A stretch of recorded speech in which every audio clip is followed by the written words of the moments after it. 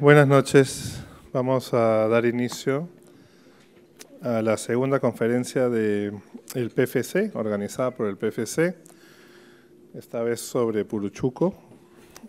Voy a presentarles a Luis Felipe Villacorta, bachiller y licenciado en Arqueología por la Pontificia Universidad Católica del Perú, donde fue docente, graduado del Programa de Administración de Pequeñas Empresas en la Universidad del Pacífico, becario de la Agencia de Cooperación Internacional del Japón, JICA, para el uso de gestión de museos, estudios de maestría en Historia de la Universidad de Guelph, Canadá.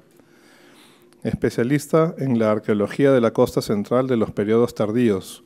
Fue director del Museo de Sitio de Puruchuco, miembro de la Comisión Nacional Técnica de Arqueología del Instituto Nacional de Cultura y viceministro de Patrimonio Cultural e Industrias Culturales. Desde el 2002 es director del Museo Raimondi, habiéndose especializado en la obra de Antonio Raimondi y el desarrollo de las ciencias en el Perú. Desde su labor en los museos, ha sido curador de exposiciones a nivel nacional e internacional, así como ha liderado la ejecución de proyectos que estimulan la aprehensión social del patrimonio cultural sobre la base de estrategias de diversificación curricular. Asimismo, es autor y editor de las principales publicaciones del Museo Raimondi. Con ustedes, Luis Felipe Villacorta. Muchas gracias. Un gusto estar acá con ustedes, un gusto encontrarme con amigos y colegas también, y especialmente compartir esta tarde con todos ustedes para hablar de lo que nos gusta y hasta cierto punto nos apasiona, que es la arquitectura. Y en este caso particular vamos a hablar de un sitio emblemático de nuestro país y especialmente de nuestro legado prehispánico vinculado a la tradición arquitectónica prehispánica local y por supuesto también a la impronta del paso de los incas acá en la costa central del Perú. Levanten la mano quienes han ido a Puruchuco. Bastante, ¿no? Sí, casi la mitad del salón. Puruchuco es algo así para los arquitectos, irónicamente más que los arqueólogos, quien hable es arqueólogo, un lugar de peregrinación. Para mis colegas fue hasta cierto momento un lugar bastante prejuiciado. Y ahora vamos a entrar un poco en ese tema también, porque a lo largo de esta exposición vamos a tener una visión cronológica de lo que fue Puruchuco, tanto desde su momento prehispánico, por supuesto, como también en lo que implicó en la historia de la gestión del patrimonio arqueológico de nuestro país. Es decir, la puesta en valor del monumento y la construcción de un espacio realmente paradigmático propuesto por el doctor Jiménez Borja, que es el Museo de Sitio. Es decir, monumento y museo hacen hoy un modelo de gestión emblemático de nuestro país vinculado a la recuperación del patrimonio arqueológico. ¿Qué otros museos de sitios conocen? ¿Quién me da un par de nombres? Museos de sitios vinculados a huacas. Pachacamac, muy bien. Otro.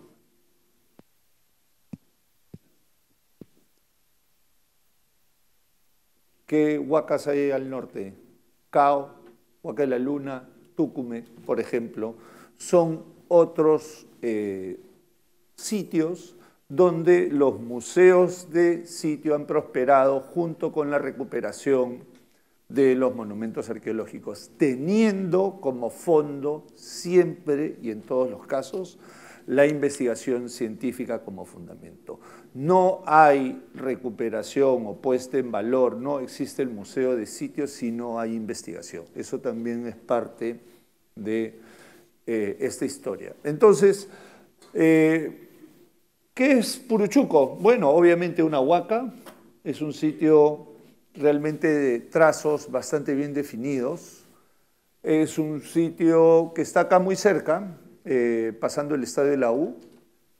Es un espacio que nosotros podemos básicamente reconocer por la simpleza de sus formas y de alguna manera siempre ha sido tenido como un palacio. Vamos a entrar a discutir las definiciones también porque son conceptos realmente relevantes para tratar de entender y poner en contexto este monumento. Estas son algunas imágenes que resultan también importantes para entender Puruchuco, para entender su fábrica. Cuando me refiero a fábrica, básicamente lo hago para referirme a los elementos y técnicas constructivas que le dan forma a este espacio. Pero ustedes como arquitectos o estudiantes de arquitectura deben saber que las formas, entre comillas, están esencialmente vinculadas a la función de los edificios. Quien habla, además de haber sido director del Museo de Puruchuco, también ha realizado investigación arqueológica, excavaciones, no en este sitio, pero sí en otros bastante cercanos a Puruchuco, siempre en el valle del río Rímac. Y es ahí donde nosotros vamos a también a focalizar nuestra presentación, porque la parte donde se encuentra Puruchuco es también peculiar teniendo en cuenta la configuración del Valle del Rímac y ayuda un poco a entender y a explicar su importancia o, más que su importancia, sus características peculiares, ¿no? Perdón, ahí está.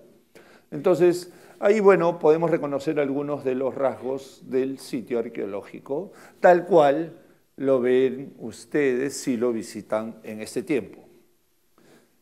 Puruchuco también ha inspirado, como en este caso, fotógrafos, artistas, acciones de promoción de nuestro legado cultural en sus diversas facetas, ¿no? Eso también lo vamos a ver porque hay una persona que lo pensó y lo concibió de esa manera. Ahí tenemos una vista isométrica de Puruchuco, ahí veo una maqueta que está bastante simpática, ¿no?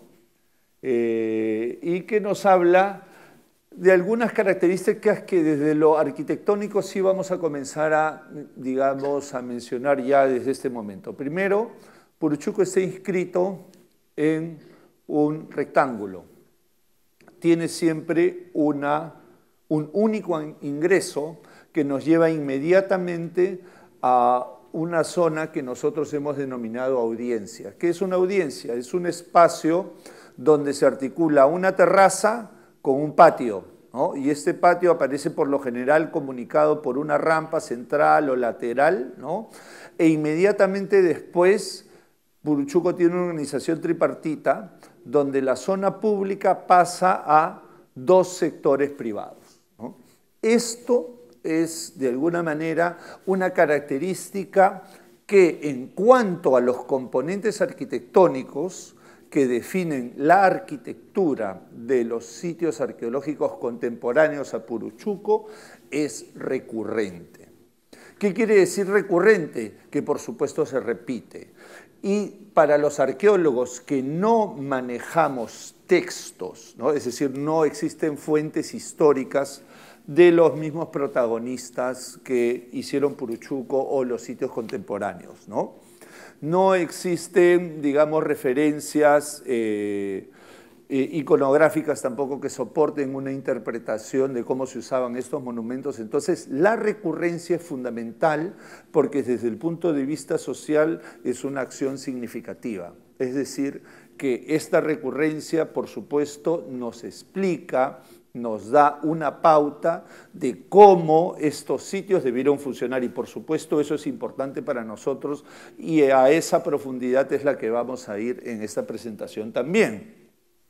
Bueno, esto es un diálogo, por supuesto, ¿eh? Pueden hacer preguntas en cualquier momento, por favor, ¿no? Y esa es una vista de Puruchuco de una perspectiva semejante, ¿no? Obviamente aérea y en dron. Bastante peculiar, repetimos lo que acabamos de ver, ¿no? El único ingreso, todo lo que es la audiencia, terraza y patio, rampa, y los sectores privados, en este caso, separados por un corredor central. Eso es lo que tenemos, entre comillas, hasta este momento. Pero Puruchuco es también una historia de época reciente, una historia bastante interesante. Pero antes de eso, vamos a hablar de la posición donde se encuentra Puruchuco. Nosotros, en la zona del rectángulo, es la que quien habla denomina Valle Medio Bajo del río Rímac. Esta zona es bastante interesante porque Puruchuco aproximadamente se encuentra por acá, ¿ya? Es decir, justo en la zona donde estos ramales que ustedes ven acá son canales, es decir, son canales de factura prehispánicas, hechos en el periodo prehispánico, absolutamente contemporáneos en uso a Puruchuco. Y desde esta parte que denominamos el cuello del valle, ¿no?, parten muchos de estos ramales. Por ejemplo, el canal de Ate o Late parte aproximadamente desde la zona de Santa Clara y el canal de Surco desde aproximadamente la zona de las Salinas, muy cerca a la actual Atarjea, ¿no? Y este desemboca en los pantanos de Villa. ¿El canal de Ate dónde desemboca o dónde desembocaba? ¿Tiene una idea de dónde termina el canal de Ate? ¿Ah? ¿Quién vive en La Molina?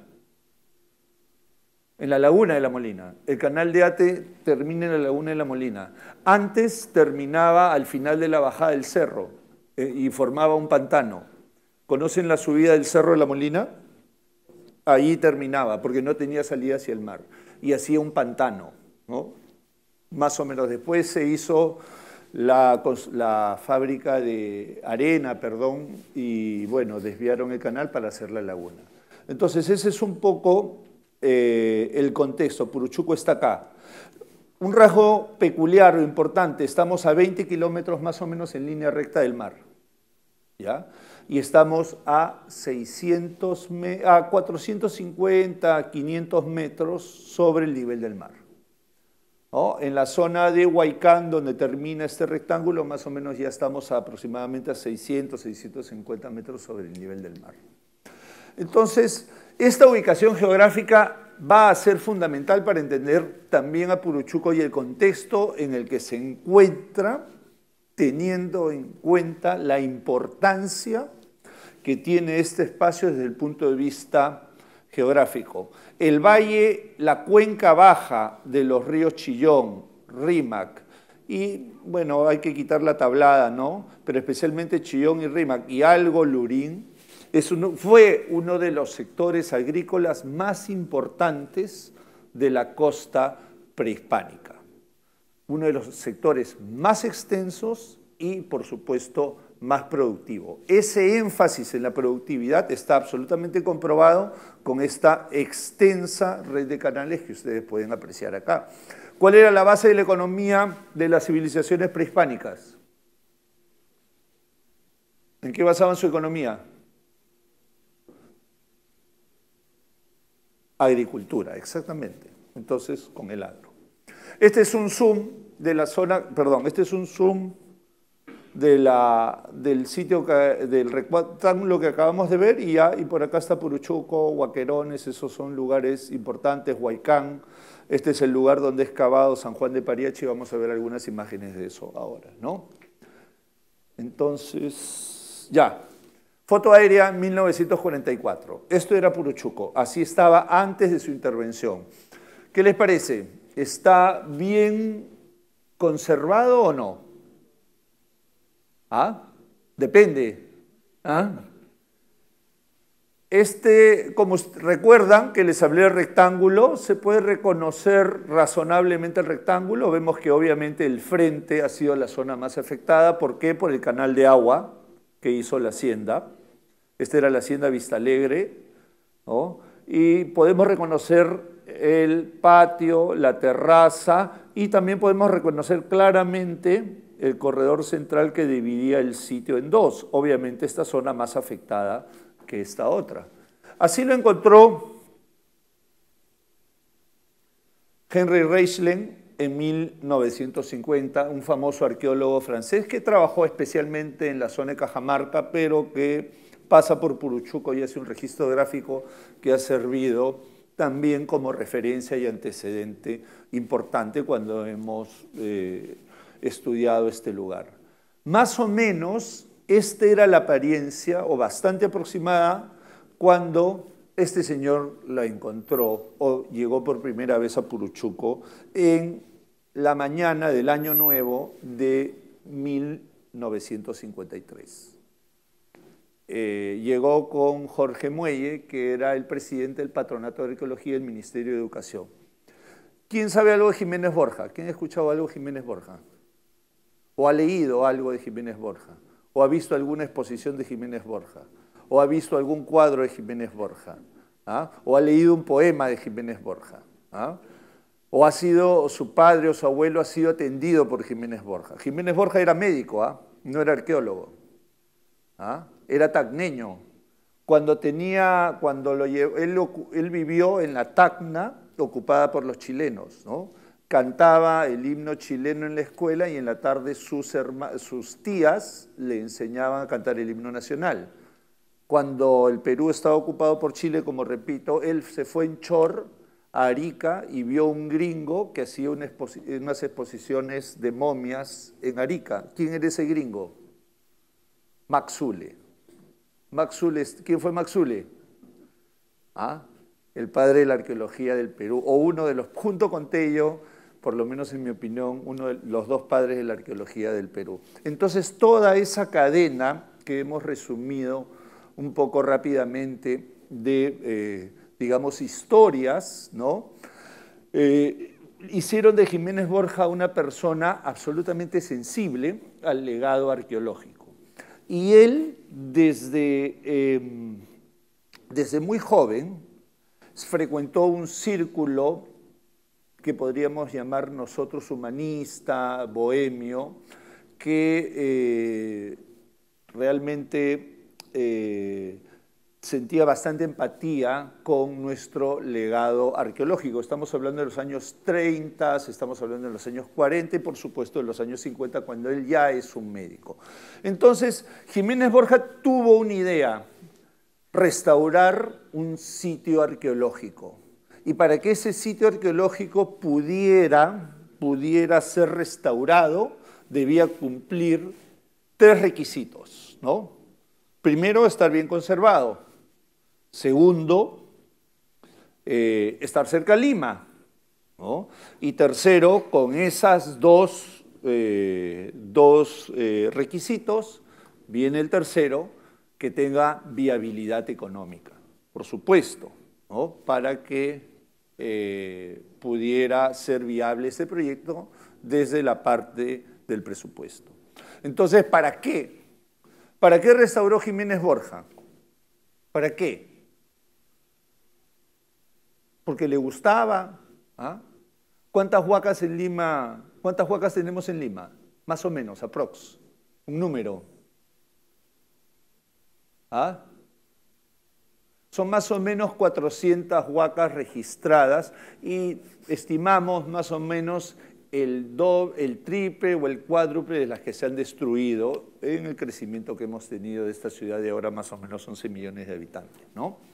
Entonces, ¿por qué Jiménez Borja quiso restaurar un monumento arqueológico? Básicamente para que los limeños y también el naciente turismo que comenzaba a haber en los años 50 y 60, ¿no? Pudiera visitar un monumento arqueológico en el que se fuera fácil vislumbrar, imaginar el modo de vida de los antiguos habitantes prehispánicos de un valle de la costa del Perú en la época inca. Así de simple, ¿no?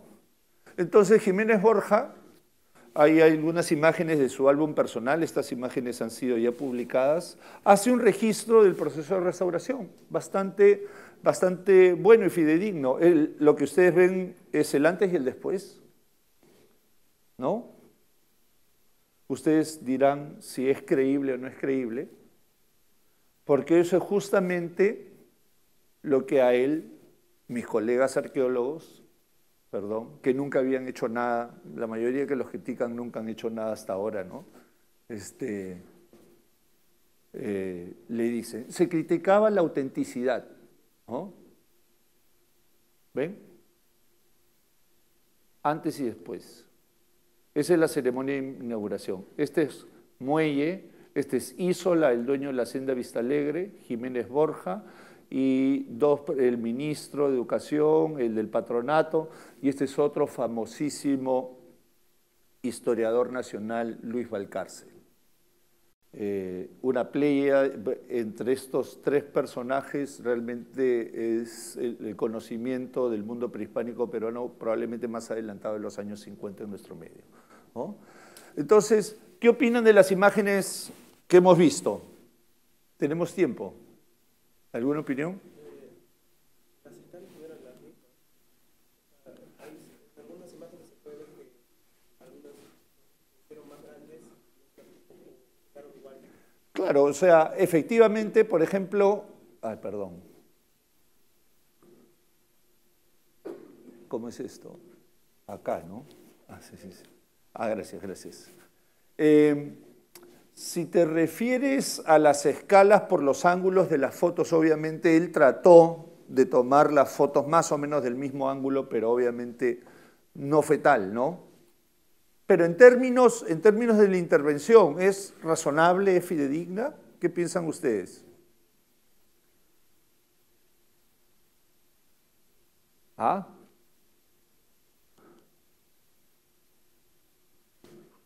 ¿Alguna idea? Miren eso. Acá se hizo todo el muro del frente, ¿no? Pero es que el registro fotográfico es bastante más amplio de lo que yo les estoy mostrando ahora, ¿no? Efectivamente hay fotos mucho mejores donde se ven las bases de los muros y demás. Y Jiménez Borja, obviamente, hizo algunas interpretaciones sobre las alturas de los muros. Eventualmente pudo haber puesto un piso u otro, por aquí o por allá, una ventana, un vano, etcétera, etcétera, ¿no? El balance de eso lo discutiremos al final de esta charla, a ver si fue bueno o malo, ¿no? Pero para hablar de lo nuestro, Jiménez Borja,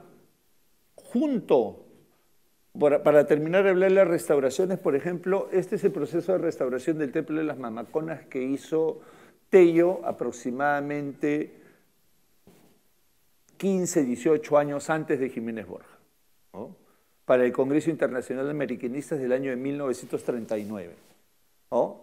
Esto es donde excavó Max Zule, más o menos en su famoso proyecto de 1896 y 97, y esto es como lo restaura nuestro amigo Tello para el Congreso, para inaugurar el Congreso Internacional de Americanistas de 1939, donde Max Zule era el invitado de honor. Cuando Max Zule vio lo que había hecho Tello, dicen las malas lenguas siempre tan bien informadas que se cayó, ¿no? Se fue de espaldas, se molestó con Tello, insultó en alemán y se fue, ¿no? Entonces, de verdad, esto es un ejemplo, no es por criticar a Tello, ojo, Tello hizo cosas absolutamente valiosas para la arqueología nacional, valiosísimas, ¿no?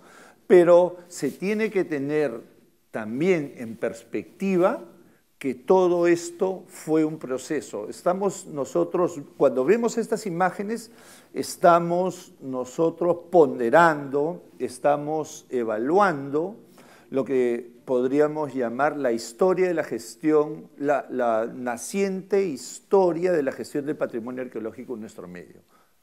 Tello tuvo la idea de hacer un museo de sitio. Entonces, al hacer un museo de sitio, pero no lo concretó en Pachacamac. Quien lo concreta fue Arturo Jiménez Borja, que es, como nosotros, como ya les habíamos adelantado, un personaje polifacético, de verdad, un humanista. Ahí tenemos algo de sus títulos. Él trabajaba principalmente en el Hospital Obrero, pero también investigaba temas varios del pasado prehispánico nacional y, por supuesto, los daba a conocer en sesudas publicaciones. Otra de las facetas que desarrolló Arturo Jiménez Borja fue el coleccionismo.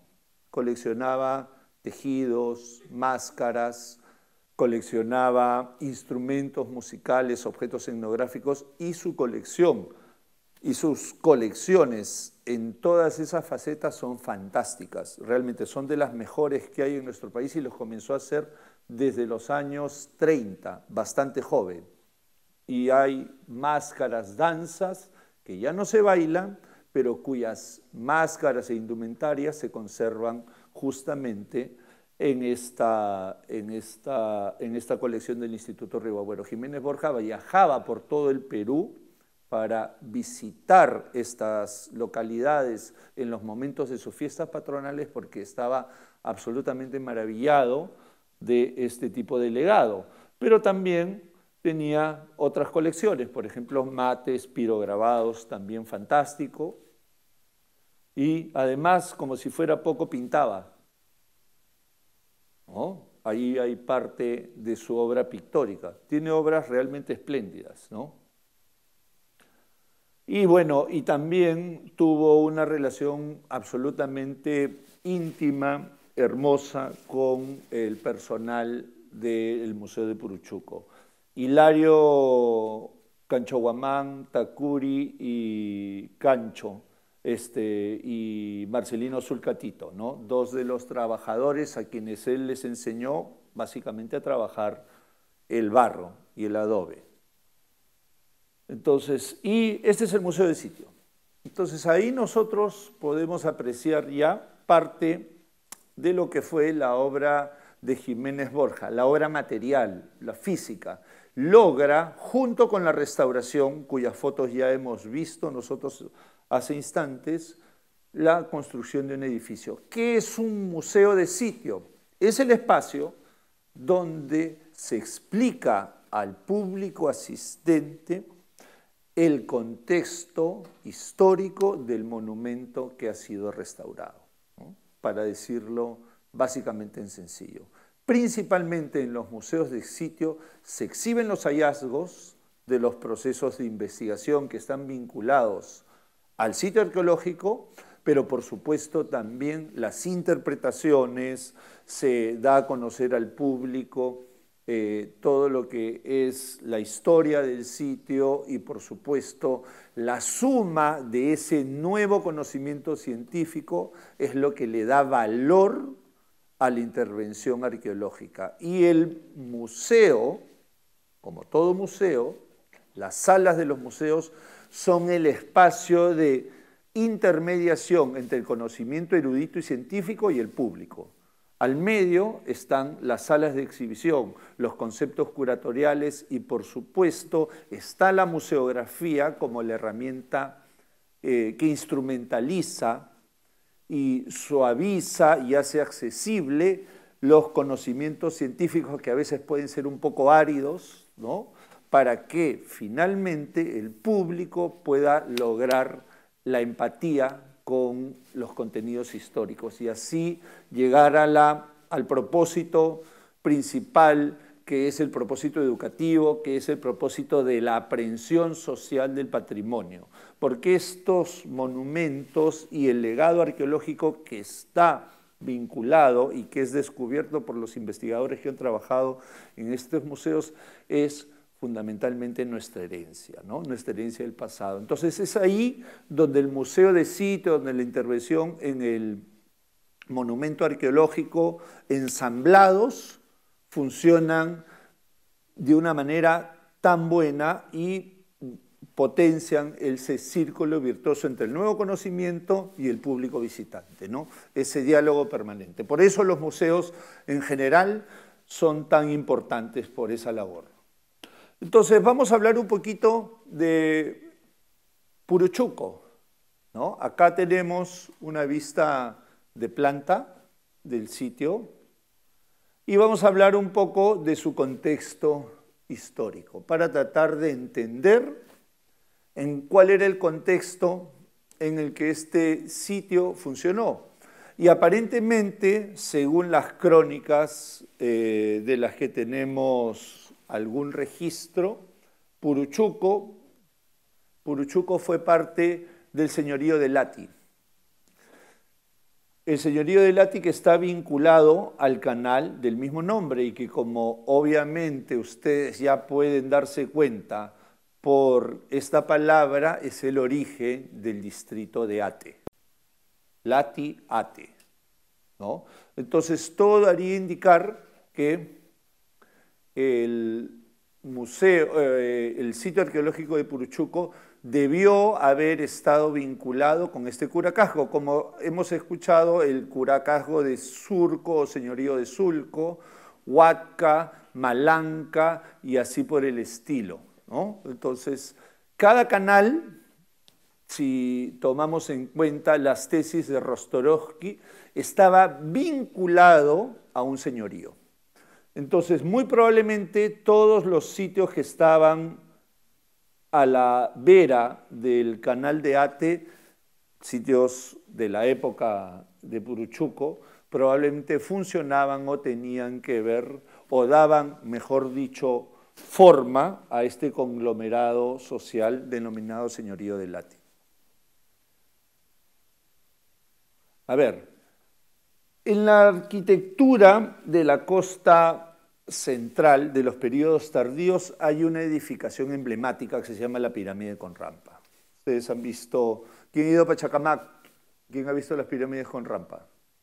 Exactamente, ¿no? ¿Ven? Ahí, emblemáticas, ¿no? La pirámide con rampa número 3. Esta es la número 1, esta la excavó Jiménez Borja, también porque Jiménez Borja hizo el primer museo de sitio en Pachacamac, ¿no? Esta es la número 3 también. Espectacular. Recuerden una vez más este concepto de la audiencia, el patio cerrado, una cercadura, un solo acceso y las terrazas que lo dominan, básicamente la audiencia. Y esta es una isometría de la pirámide con rampa número 2 de Pachacamac, donde destacan obviamente algunos de sus componentes, especialmente los depósitos y algunas áreas potencialmente compatibles con la actividad residencial. En el distrito de Ate, cerquita a Puruchuco, hay dos grandes sitios arqueológicos, o hubo uno, este está casi destruido, que se llama Monterrey, donde habían pirámides con rampa. Estas son pirámides con rampa, pero son unas pirámides con rampa bastante pequeñas. Eso es bien interesante, porque este mismo fenómeno es recurrente en Huaquerones. Estas son las pirámides con rampa de Huaquerones y Puruchuco está prácticamente a este lado. Acá hay un espolón rocoso y Puruchuco está acá. Y son contemporáneos, ¿no? Puruchuco y estas pirámides con rampa son de la misma época. Ojo, ¿eh? Las pirámides con rampa nos llevan a obviamente hacer analogías con las modélicas que son las de Pachacamac. Sin embargo, como repito, las del RIMAC, son bastante pequeñas, digamos, discretas, en comparación a sus pares de Pachacamac, que obviamente son bastante más grandes. Ahí tenemos, por ejemplo, una vista de la pirámide con rampa número 1 del sector de Huaquerones. Lastimosamente hasta ahora no se han podido excavar, ¿no?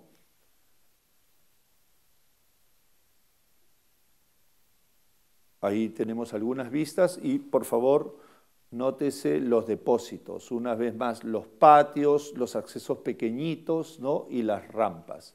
Incluso sabemos que esta pirámide con rampa fue cerrada para construir esta de acá, porque este muro está absolutamente alineado, entonces, y parte el patio anterior, es decir, este edificio es posterior a este. Entonces, eso se ve analizando también la arquitectura. Entonces, vamos a hablar ahora rápidamente con esta pequeña información que tenemos de qué es un palacio prehispánico. Si estamos adaptando un término occidental, ustedes me dirán. Si es una definición particularizante, ahora vamos a ver qué significa ¿Eso o cuando hablamos de palacio estamos hablando de algo así como una categoría heurística? ¿Qué sería qué es un palacio? ¿Cómo interpretamos un palacio? ¿Por qué a Puruchuco lo llaman palacio?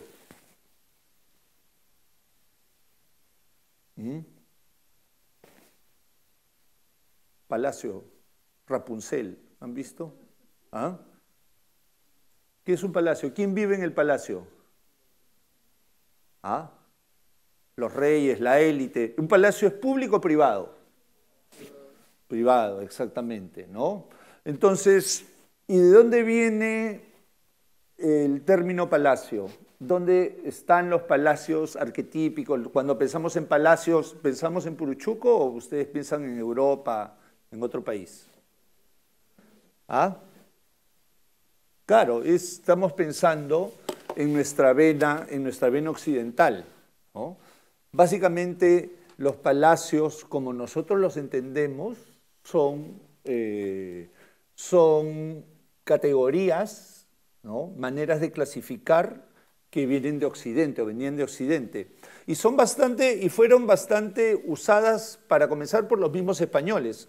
Cuando llegan los españoles, Cieza de León habla de las famosas fiestas, de las famosas, más que fiestas, festividades que hacían los curacas en sus grandes terrados y palacios, ¿no? Porque los llamaban de esa manera, estas casas, en sus casas de grandes terrados, se refería a terrazas, ¿no? Se refería a patios llenos de gente donde beben y danzan y se dan sus regalos. ¿Ah? Primera manera como nosotros estamos interpretando, primera visualización desde los cronistas españoles de cómo, entre comillas, debieron funcionar estos edificios. ¿Qué es una definición particularizante? ¿No? Una definición particularizante es que es un palacio andino, ¿no? Entonces eso al final no me dice nada. Es un palacio, digamos, a la usanza indígena, o es un palacio, o hablemos de procesos urbanísticos, son ciudades andinas. ¿Y cuál es la diferencia de una ciudad andina con una ciudad occidental? ¿No? Entonces los términos particularizantes tampoco son útiles, porque si vamos a tratar como todas nuestras definiciones o nuestras categorías como casos únicos, no nos sirven para comparar, ¿no? Entonces viene lo último, si es una categoría heurística. Es decir, si despercudidos de todo lo que significa los prejuicios, sea de Occidente, si los entendemos en el contexto de su uso, es decir, sustentados en la investigación, podemos definir algo parecido a un palacio. Existió un palacio andino sin caer en la trampa de lo particularizante que no me dice nada. ¿Ah? Entonces, vamos a tratar de ver cómo acomodamos todos estos conceptos en la evidencia que tenemos de Puruchuco, ¿no? Y volvemos por supuesto, a la imagen del sitio antes de su restauración. Y acá viene un poco el análisis de las evidencias. Si hay algo que se le podría criticar a Arturo, es que no publica en extenso sus hallazgos, pero afortunadamente sí se encontraban en el museo y en las notas de campo. Y vamos a hacer un resumen rápido de lo que tenemos, ¿no? Lo primero es esto de acá. Puruchuco está inscrito en un rectángulo y ese rectángulo es básicamente inca. No existen construcciones en la costa central que tengan este rectángulo. Y ese cuadrado donde se encuentra Puruchuco, en términos de construcción inca se llama cancha. Las canchas son típicas de la arquitectura inca, ¿no? Están desde la casa del agricultor más humilde en Cusco, en el Valle Sagrado, hasta en el Coricancha. Son modulares, ¿no? Se repiten. A veces tienen patios, a veces hay 2 o 3 canchas y en medio hay un patio, pero en este caso lo que ha habido acá es una adaptación de una cancha inca a una digamos, a una tradición arquitectónica local, en este caso de la costa central, y que tiene además un solo ingreso, el patio y la audiencia y la rampa al costado. ¿Se acuerdan de las pirámides con rampa? ¿No? Entonces vemos sí un componente interesante que nos remite a una tradición local. Este arreglo nunca lo van a encontrar en Cusco, ni en la arquitectura del sur del Perú. Nunca. Este es un tipo de arreglo que existe desde la costa norte hasta la costa central y eventualmente Ica, nada más. ¿No? Y por supuesto otros elementos, el patio del Batián, los depósitos con maíz, los muros de los 6 nichos, cosas que vamos a ver en este momento. ¿Qué es esto? Lean pues, ¿no? Depósito con maíz, ¿no? Es maíz, ¿no? ¿Cómo se conservaba el maíz en la costa central en la época prehispánica? ¿Ah? Con sal, en la refri. ¿Ah? Se las conservaba con arena de río. Tú traías la arena de río y metes ahí todo lo que querías guardar. Maíz, frijol, por supuesto, ¿qué más hemos encontrado? Ají. En el caso de los sitios de la costa prehispánica se separaban por tipos de productos. Y la arena blanca impedía, por supuesto, la proliferación de hongos y de insectos. Y, según investigó el arqueólogo Bonavía, esta técnica se usó hasta los años 80 en Guarmey y permitía mantener las capacidades germinativas del maíz más o menos 2 años, hasta 2 años, y las capacidades como alimento hasta 4 o 5 se podía comer. Entonces, estos depósitos se encontraron dentro del palacio, acá, ¿no? Con maíz, cuando los excava Jiménez Borja. Después, a lo ya dicho de la cancha que vemos acá. ¿Qué es esto? Viaje de promoción, Cusco. ¿No se acuerdan? ¿Qué es esto? Una portada de doble jamba. Esto es Inca, esto es la firma del imperio. Esto es Inca, ¿no? Y es una foto antes de la restauración, porque un montón de gente decía que Jiménez Borja se inventó la doble jamba, ¿no? Entonces, acá está antes de la restauración. Este muro, estos campos de cultivo, ahora el muro cierra acá porque era el muro perimétrico, ¿no? Pero este es una portada de doble jamba típica inca, ¿no? Y por supuesto, estos nichos triangulares tienen algo de tradición también, básicamente local. Bueno, el tema de los recintos hay algunos estudios, como el de Weyham Dasso, famoso arquitecto también, que hablaba de las sombras y que eventualmente estaría vinculado a la observación astronómica, y el movimiento de las sombras el largo de las sombras te daba el momento del año en que eventualmente estábamos, entre otros detalles. Pero eso es un poco complicado de comprobar. Mis conocimientos en ese caso sí, realmente de arqueoastronomía no son tan profundos, pero vale la pena mencionarlo.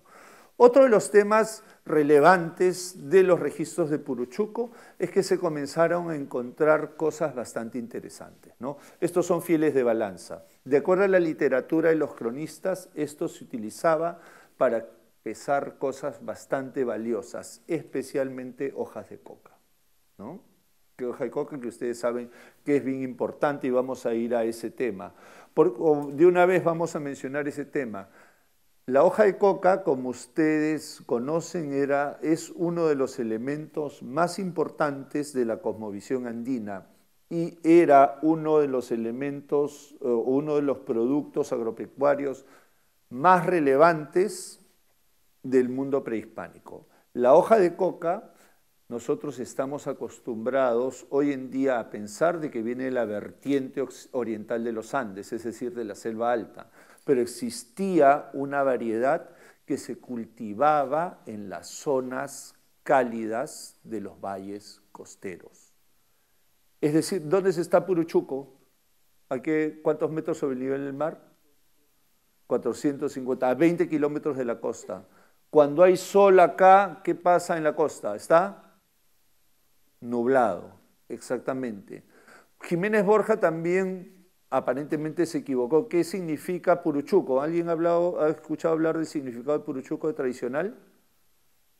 Jiménez Borja en su tradición un poco literaria decía Puruchuco, sombrero de plumas, que eres sombrero cuando le ponían a los jóvenes cuando alcanzaban la madurez y se volvían guerreros, etcétera, etcétera, utilizando las crónicas de una manera, pero aparentemente venía de la fusión de dos vocablos, puca, que es rojo, y uchu, que es ají. Es eso, otra interpretación que por lo menos que yo suscribo un poco más, que es la que me contó María Rostorovsky, ¿no? ¿Por qué el ají rojo? ¿Dónde se cultiva el ají? En zonas cálidas también, ¿no?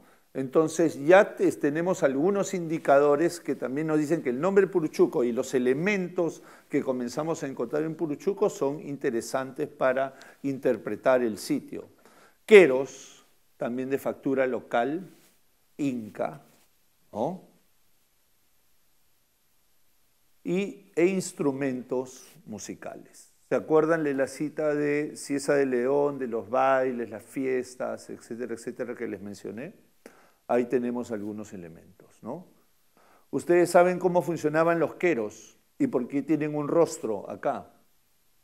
Cuando un inca conquistaba un territorio por la vía pacífica, por lo general se mandaban a hacer unos sets de queros idénticos, ¿no? Y los queros, por lo general, tienen rostros en la decoración. Muchas veces tienen rostros. Se mandaban a hacer en pareja, iguales. Brindabas tú con el inca, ¿no? Y ese brindis era alianza política. Y el inca te dejaba el quero, era como un contrato. Y él se llevaba el suyo, tú te quedabas con el de él, ¿no? Si tú rompías el pacto con el inca venía, te cortaba la cabeza y con tu cráneo bebía chicha. Por eso tienen estas caras son cráneos. Y a veces, con tu piel hacían instrumentos. ¿Se dan cuenta? Brindar con el inca era cosa seria, ¿no? ¿Sí o no? Entonces, he estado siempre bien tentado a analizar esto a ver si es piel humana. De verdad. No sería raro, ¿no? O sea, te hacían un psicosocial bien fuerte los incas cuando brindabas con él. Pero eso está absolutamente documentado, ¿ah? No es... Hay un libro muy famoso que les recomiendo que lo lean, si tienen tiempo, Brindis con el Inca, que habla exactamente de todas esas cosas. Bueno, en Puruchuco tenemos también algunos hallazgos bastante interesantes, ¿no? Como estas momias, miren, en la zona de la Rinconada de la Monila, no es exactamente Puruchuco, pero bien cerca. Miren este bello tocado de plumas que apareció encima de una momia. La foto no es muy buena porque es de un periódico de la época, pero ahora vamos a ver algo parecido mejor. Y este es el tocado del otro lado. Estas son las excavaciones de Jiménez Borja, presten atención a estas momias. Y esto es lo que se encontró retirando la momia de su tumba, que es una olla con una tapa, y acá se encontraron los quipus. ¿Qué son los quipus? ¿Qué es un quipu? ¿Para qué sirve? Para contabilidad, efectivamente es un elemento de contabilidad.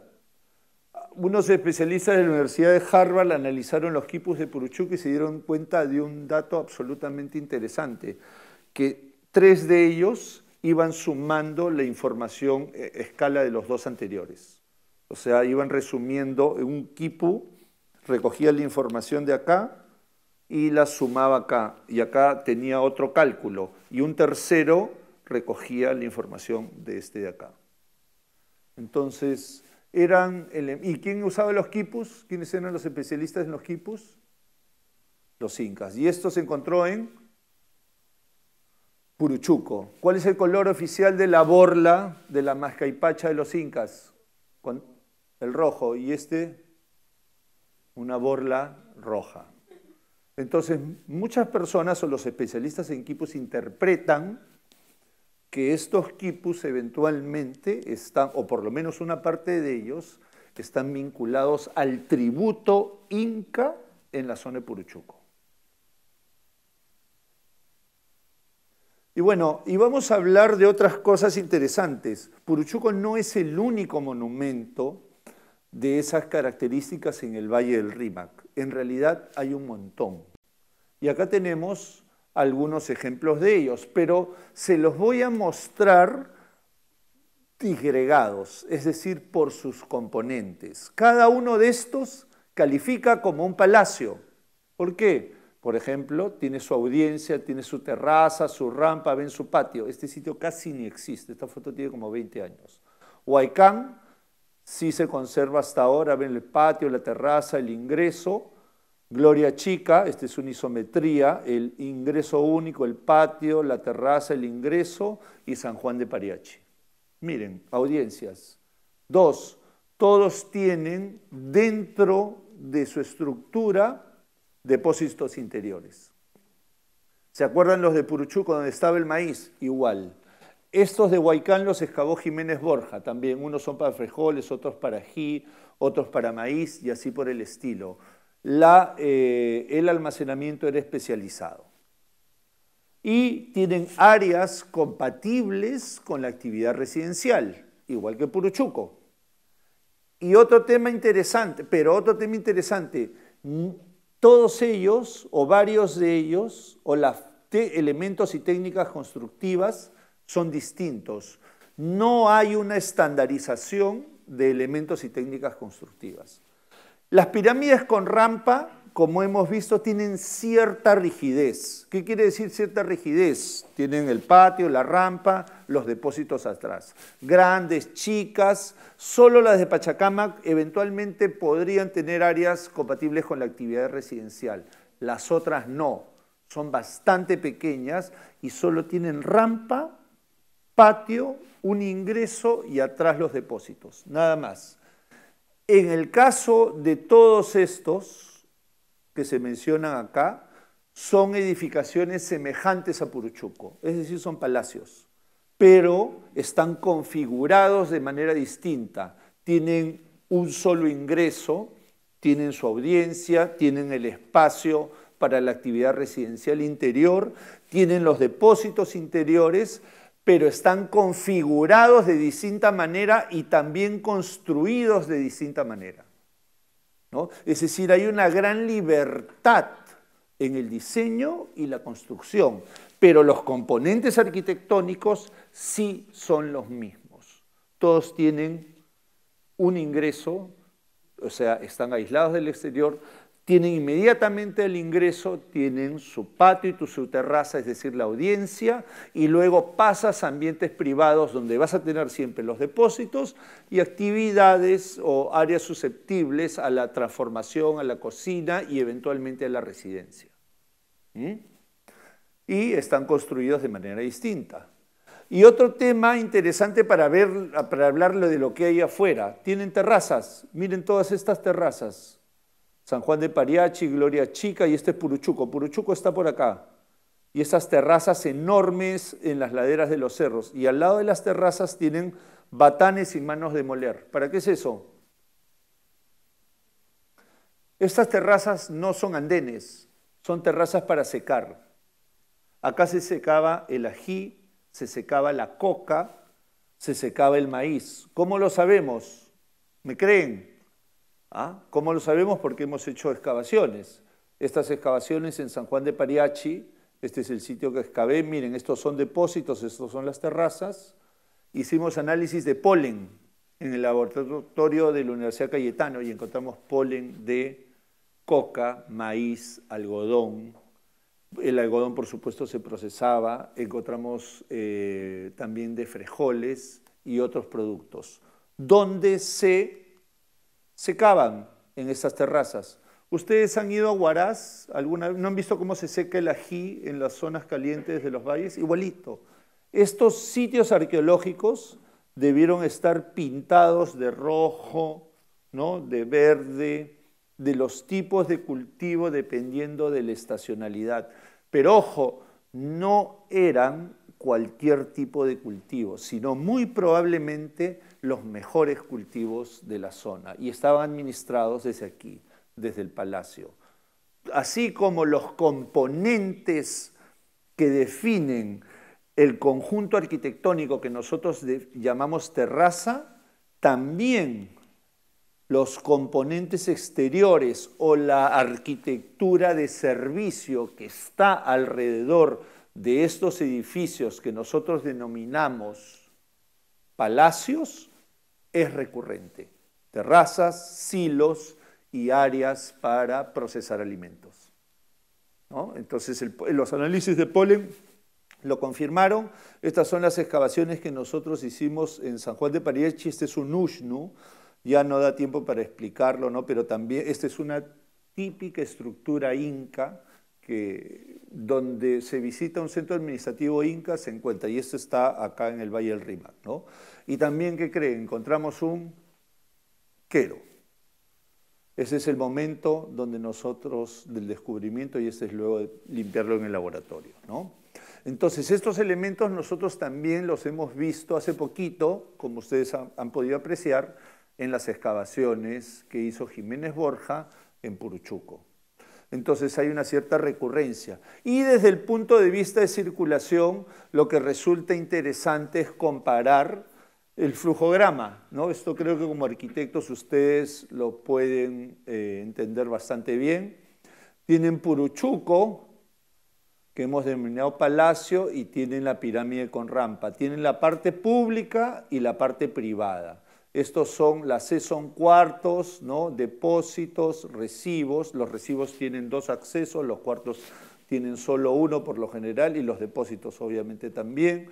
Y los ingresos, mientras que vemos acá en la parte pública es idéntica la circulación en el caso de los palacios con las pirámides con rampa, mientras que las zonas privadas, entre comillas, en las pirámides con rampa no existen, ¿no? Esto es igualito para el caso de Gloria Chica, otro de los sitios que hemos estudiado, y todos los que son las pirámides con rampa. Y bueno, ¿y esto qué es? Ustedes ya lo vieron, ¿qué cosas son estos? ¿Ah? Momias. ¿Se acuerdan de la momia de Jiménez Borja? ¿No? ¿Se acuerdan de la momia del periódico que salió con el tocado? Ya esto es del 99 al 2003. 99 no habían nacido, ¿no? Varios de ustedes. Ahí está. ¿Ven? Esta está con peluca. Ahí está. Estos los hemos visto con Paloma. Bueno, ¿cuál era la base de la economía inca? Ya hemos conversado, ¿no? ¿Cuál era el circulante? ¿Cómo generaban riqueza los incas? ¿Cuál era su moneda? ¿El sol, el inti, el dólar, el euro? ¿Cuál era la riqueza de los incas? ¿Cómo pagaban impuestos los incas? ¿Trueque? No. ¿Oro? Tampoco. Oh, bueno, no es oro. Es así, la riqueza inca, la riqueza en general en el mundo andino, ¿cuál era? Tierra, no. Maíz, no. La coca, tampoco. ¿Cuál era la riqueza? ¿Cómo se generaba riqueza? ¿Cómo le dabas valor a las cosas en el mundo andino?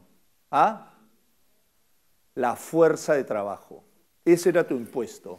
Yo soy el Inca, yo soy el Curaca, tú trabajas para mí un mes, 2 meses. Y todo lo que produzcas para mí en esos 2 meses, 3 meses, todo lo que transformes en textiles, todo va para mí. ¿Cuál era la habilidad del Inca o del Curaca?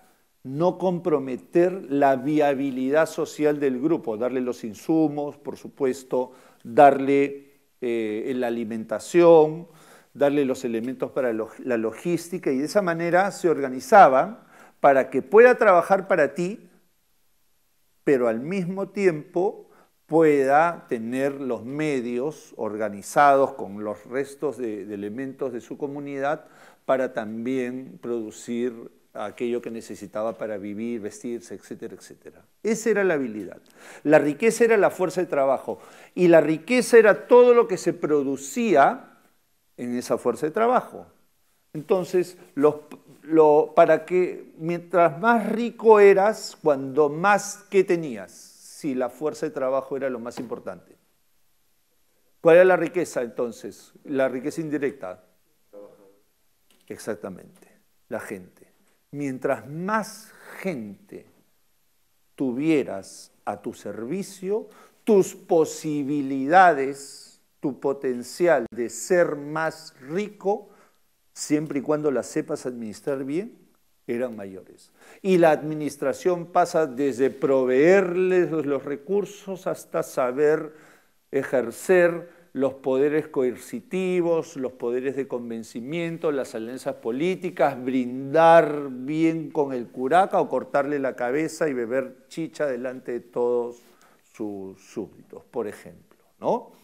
Entonces, todos esos elementos son los que configuraban, ¿no?, el mundo andino en la época de Puruchuco. Y en la época de Puruchuco, ¿por qué les pongo las momias? Porque el arqueólogo que trabajó acá, más o menos, esto es de la época inca, todos, ahí están los aríbalos, ¿no? Estos son típico inca, ¿no? Es una huella digital inca. Guillermo Cook estima haber excavado aproximadamente 2000 momias, todas de la época inca. Y estima que, bueno, esto fue un rescate, porque debajo de las casas, de los colegios, etcétera, etcétera, todavía hay momias, ¿no? Potencialmente podrías encontrar cosas así, pero bueno, ya nadie va a excavar, ¿no? Entonces, estima que hay otras 2000 más. ¿Qué significa eso en términos incas? Gente. Y la gente, o la capacidad de controlar esa gente, es, por supuesto, riqueza. Entonces, Puruchuco muy probablemente fue el lugar de la residencia de élite de un personaje que administraba esta fuerza de trabajo, ¿no? Pero Puruchuco no era un lugar, pero Puruchuco no era un palacio que tenía una vocación privada, sino principalmente un espacio de uso público, como muy probablemente la mayoría de todos los palacios a la usanza indígena. ¿Ya? Eso, bueno, y ahora, ya solo para terminar, esto, viendo un poco el futuro, ustedes conocen todo lo que es esta parte, y acá está Puruchuco. Este es el cerro. Esto es este es el museo de sitio y este es el monumento, ¿no? Y acá se hizo el túnel, el famoso túnel de Javier Prado. ¿Han ido? ¿Han ido a Plaza Puruchuco? Buenos precios, ¿ah? En serio. Bueno, ahí está. Eso es como se ve ahora. Eso es como el famoso centro comercial. Y eso es como está el museo hoy en día, ¿no? Entonces, esto también es una reflexión porque Puruchuco dio muchísimo para la ciudad de Lima, sigue dando mucho, pero no ha recibido la atención que debiera por parte de las autoridades, teniendo en cuenta su historia, su trayectoria y sobre todo en memoria de Jiménez Borja, que está enterrado acá. Esta es su tumba, ¿verdad? Recién me doy cuenta. Esta es la tumba de Arturo, ¿no? Entonces, una de las misiones de la arquitectura o de los arquitectos de nuestro tiempo también es ver, por supuesto, el espacio micro, pero también tener una perspectiva, digamos, general, amplia, de lo que significa, digamos, la transformación urbana y cómo integrar, cómo hacer, por supuesto, el diálogo de tiempos entre el pasado y el futuro, teniendo en cuenta la gran cantidad de restos arqueológicos que existe en nuestro medio. Jiménez Borja tuvo el talento para ver, visionar, mejor dicho, un espacio que cumpla la función didáctica, la función educativa, la función científica y, por supuesto, la función turística que sigue cumpliendo hasta la fecha. Entonces, esa es la relevancia de Puruchuco y espero haber resumido un poco en esta presentación, digamos, esa trayectoria. Muchas gracias.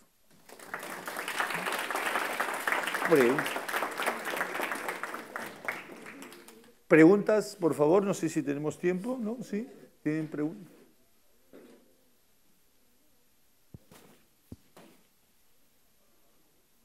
Levanten la mano quien tiene preguntas. Ahí.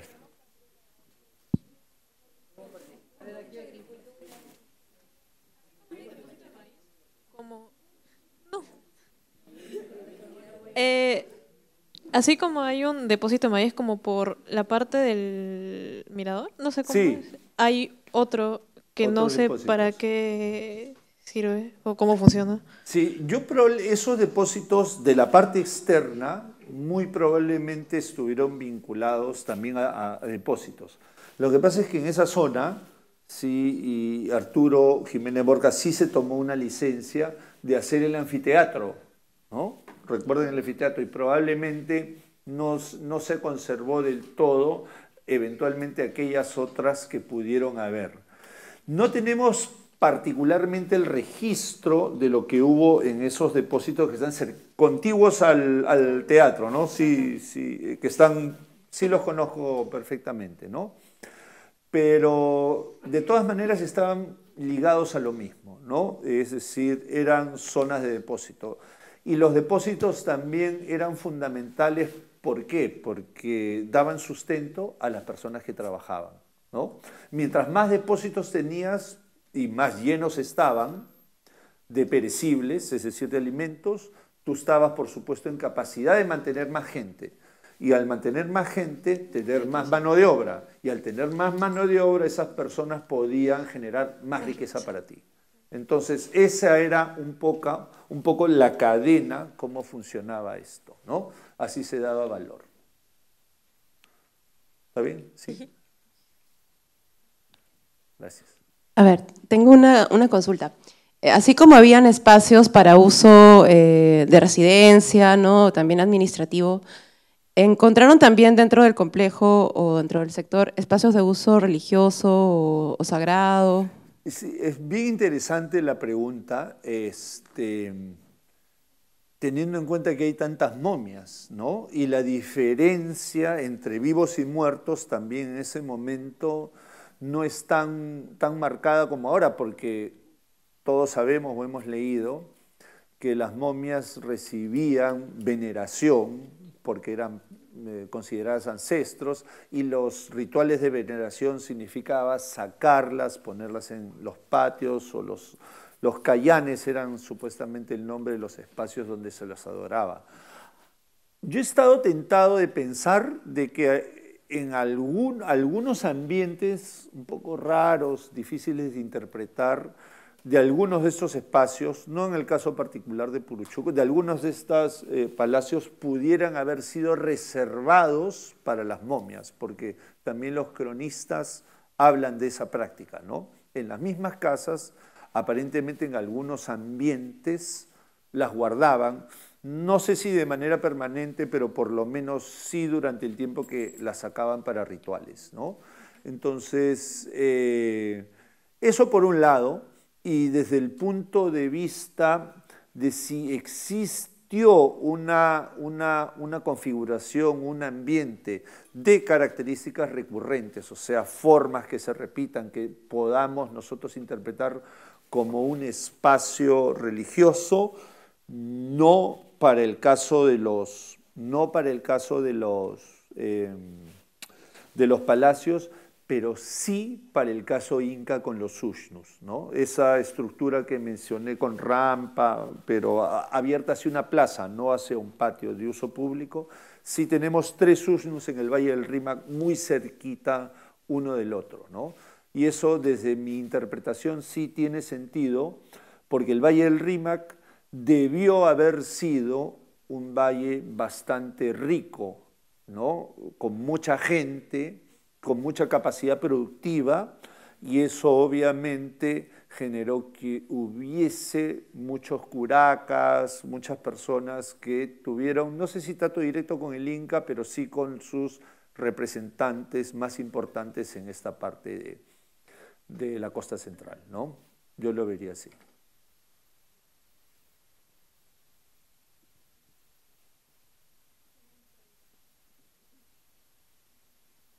¿Adelante hay alguna? Sí, sí, sí.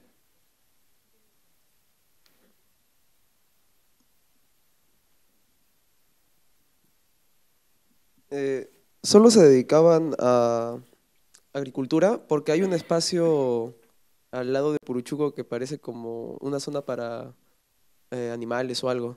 Bien interesante la pregunta.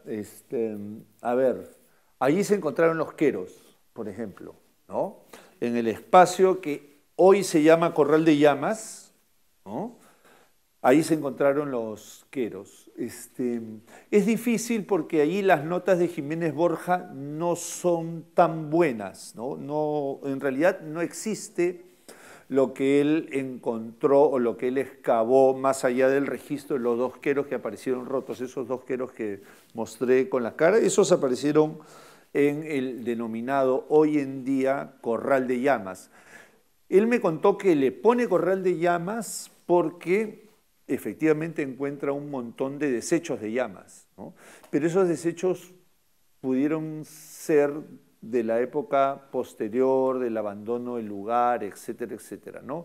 Los corrales de llamas, yo creo que es un espacio muy formalizado, es decir, hay mucha inversión en infraestructura para haberlo hecho solo para llamas, ¿no? Y sobre todo teniendo en cuenta el hallazgo de estos queros que eran especialmente valiosos. Yo pensaría que pudo haber sido un espacio de preparación, de audiencia, previo al ingreso al palacio, ¿no? En una dinámica más social, más política, más de protocolo de presentación hacia donde esté el curáculo imperial, ¿no? Pensaría así. Gracias. Quisiera saber por qué vemos entradas o pasadizos muy estrechos y hay como puertas o entradas bien chiquitas que superan la estatura promedio. Esa pregunta es bien interesante. Yo lo llamo a eso dinámica de circulación, ¿no? Y la dinámica de circulación en Puruchuco y en general en la arquitectura de todo esto, de todos los sitios prehispánicos de la costa central, es restringida. Y la dinámica de circulación tiene dos criterios, por lo menos así lo he conceptualizado yo: la movilidad y el monitoreo. La movilidad es bien restringida, efectivamente es para una o dos personas a lo sumo en el mismo espacio, a lo sumo. Y después tienes el monitoreo, porque tienes puntos dentro de la misma estructura que te permiten controlar razonablemente quién va pasando, ¿no? O sea, hay un criterio de control en el diseño arquitectónico, ¿no? Digamos que Puruchuco solo podía habitar personas, por ejemplo, la élite nada más, Sí. o era de ingreso libre para... No, yo creo que, a ver, yo creo que uno piensa un palacio es la casa de Pepe, ¿no? Y este palacio es la casa del curaca Pepe, el curaca Juan, etcétera, etcétera. Yo pienso que, a ver, que la casa te pertenezca es incluso hasta lo de menos, porque los curacas hasta cierto punto se movían, ¿no? Y yo, Pepe, firmo un acuerdo, curaca Pepe, firmo un acuerdo o brindo con Juan, porque todo se hacía así, con los queros también se hacía aparentemente entre pares, ¿no? Y te digo, mira, tú que eres curaca de la parte de abajo de la otra banda, ahí da mejor el maíz. Tú quieres ahora ají, que da mejor de este lado. ¿no? Entonces cambiamos de la residencia, ¿te das cuenta? ¿No? O ni siquiera vas con tu gente. Yo me voy allá, trabajo con tu gente, me llevo algunos mandones, efectivamente.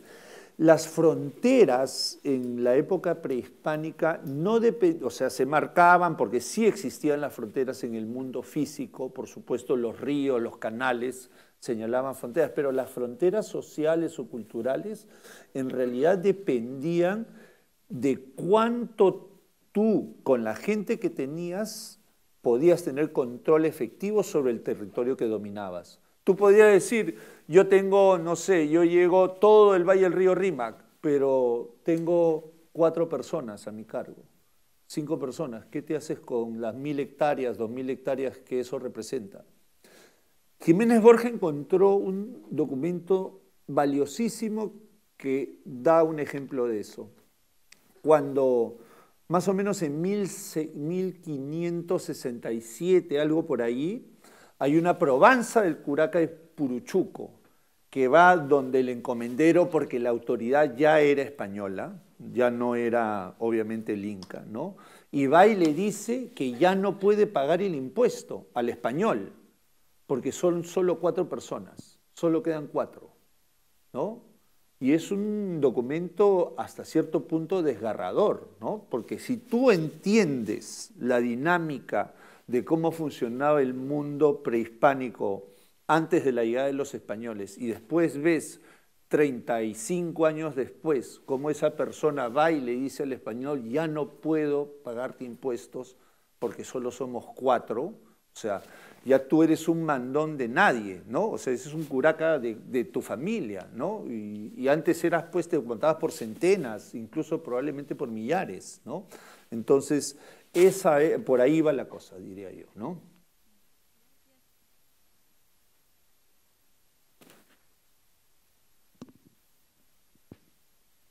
Nos falta el tiempo para una preguntita. Ahí.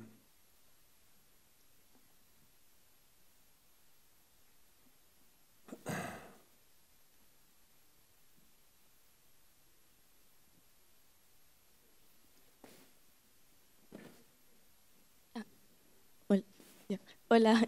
Hola. Así como, o sea, en el palacio, en el templo, había organización de cada espacio, me imagino que también había una organización una lógica de asentamiento en el valle, ¿no? Del Rímac. Entonces quisiera saber cuál fue la lógica de Puruchuco al asentarse en este lugar, en este espacio, ¿no? Y también los demás templos. Perfecto. Nosotros, es una excelente pregunta, nosotros los arqueólogos llamamos a eso patrones de asentamiento y se estudia, ¿no? Se estudia sincrónicamente, es decir, en un momento determinado cuando tienes un buen control de la cronología, sabes que este edificio es de esta época, este es anterior, etcétera, etcétera, ¿no? ¿Cómo funcionaba en la época de Puruchuco?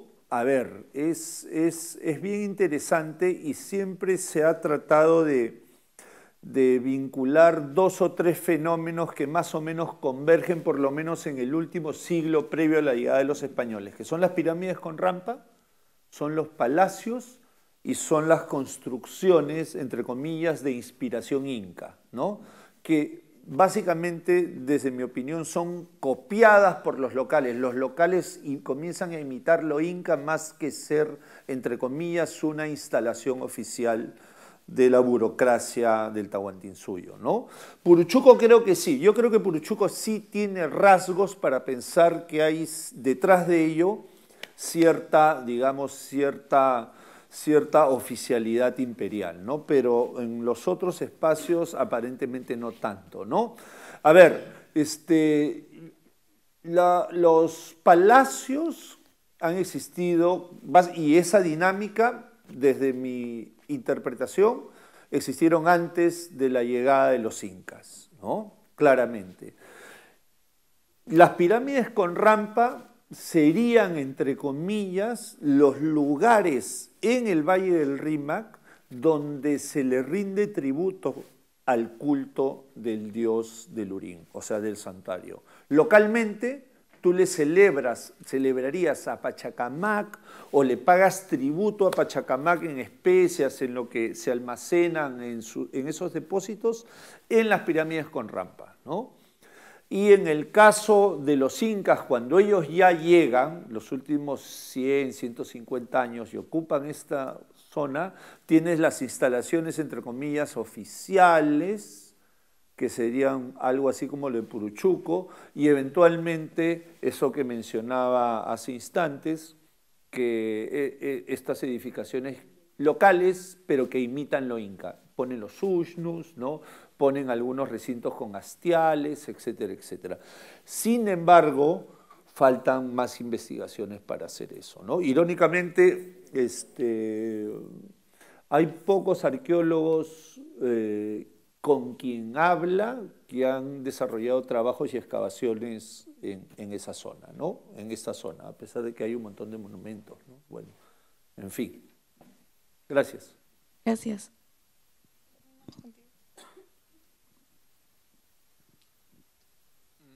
¿A qué se debe que había gran variedad en el sistema constructivo de las edificaciones? Gracias. Yo pienso que había gran libertad, ¿no? O sea, acá era digamos, lo más práctico, ¿no? Pero la lógica tras las construcciones, la forma, es lo relevante, o sea, los rasgos recurrentes. El diseño y los componentes son siempre los mismos. El diseño es libre, la manera como lo construyes también. Y esto último está vinculado a la mayor o menor disposición eventualmente de hacer adobe, porque hay algo de adobe, es más fácil hacer tapia, hay unos que preferían hacer encofrados de barro y piedra, hay otros que hacen encofrados de barro y ponen las piedras de un tamaño más o menos seleccionadas y hacen alineamientos como has visto. Es libre. Y esa libertad de construcción se observa también, por ejemplo, los que hayan ido en el camino Inca de la Universidad Católica, es que uno pensaría que es una obra única. Se ven, si tú comienzas a observar, nosotros hemos trabajado esa parte, ¿no? Si tú comienzas a observar en detalle cómo se ha construido ese camino que ahora se conserva más o menos cerca de 500 metros, vas a encontrar partes distintas de construcción. Y eso, como Izumi menciona, o Shimada, ¿no? Un arqueólogo japonés realmente extraordinario, es que probablemente tiene incluso que ver con ciertas identidades, facilidades, o es una manera incluso para diferenciar cómo se paga tributo en construcción, porque la fuerza de trabajo también se invertía no solo en productos, sino también en construcción, ¿no? Entonces, ¿cómo controlas cuánto hiciste? Ah, mira, esto hizo mi grupo, mi ayu. ¿Cómo? Porque lo hemos construido así, el otro construyó de otra manera. Es una manera como se podría interpretar también eso, ¿no? Entonces, pero hay gran libertad en las construcciones y eso es bien interesante. Gracias.